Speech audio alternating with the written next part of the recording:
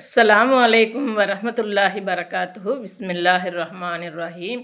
அன்பான சகோதர சகோதரிகளே, எல்லாம் வல்ல அல்லாஹ்வின் நல்லடியார்களே, இன்று நாம் காண இருக்கும் தலைப்பு முதியோர்களிடம் நடந்து கொள்ள வேண்டிய முறைகள்.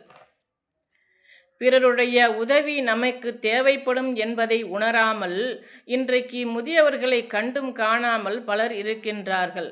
பெற்றோர் தான் சிறு குழந்தையாக இருக்கும் போது தன்னை எவ்வளவு சிரமப்பட்டு வளர்த்திருப்பார்கள் என்பதை நினைத்து பார்க்காமல், வயது முதிர்ந்தவுடன் அவர்களுடைய சொல்லுக்கு மதிப்பு கொடுக்காமல், அவர்களுக்கு தேவையான வசதிகளை செய்து தராமல் பலர் தங்கள் பெற்றோரை கொடுமைப்படுத்தி கொண்டு இருக்கின்றார்கள். பிள்ளைகளின் கவனிப்பின்மையால் ஓய்வெடுக்க வேண்டிய காலத்தில் பலர் பிச்சை எடுத்து கொண்டும் இருக்கின்றார்கள். சமீபத்தில் கூட ஒரு கோரமான நிகழ்வு ஏற்பட்டது.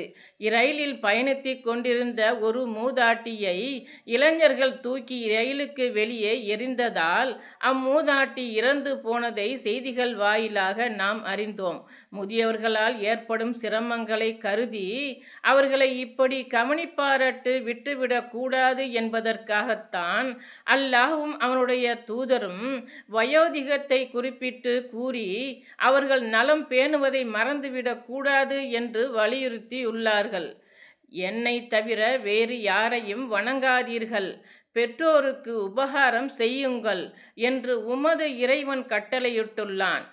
உம்முடன் இருக்கும் அவ்விருவருமோ இருவரில் ஒருவரோ முதுமையை அடைந்து விட்டால் அவர்கள் அவ்விருவரை நோக்கி சீ என கூறாதே, அவ்விருவரையும் விரட்டாதே, மரியாதையான சொல்லையே அவ்விருவரிடம் கூறு.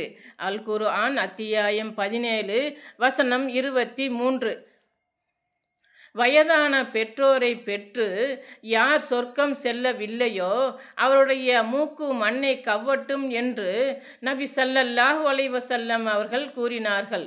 சகிப்புத்தன்மை இல்லாதவர்கள் தங்கள் பெற்றோரை முதியோர் இல்லத்தில் சேர்த்து விடுகிறார்கள். இந்த முதியோர் இல்லங்கள் தோன்றுவதற்கு பெரும்பாலும் வீட்டிற்கு மணமகளாக வரும் மருமகள் தான் காரணமாக இருக்கிறார்கள். தாங்கள் குழந்தையாக இருக்கும் போது தங்களை தங்கள் பெற்றோர்கள் சிரமம் கருதி அனாதை இல்லத்தில் சேர்த்திருந்தால் தங்களுடைய நிலை என்ன என்பதை அவர்கள் உணர்வதில்லை. மாமியாரை தன்னுடைய தாய் தந்தையரை போல் நினைத்து அவருக்கு பணிவிடை செய்தால் அல்லாஹ் கொடுக்கும் நன்மைக்கு நம்மால் அளவு சொல்ல இயலாது.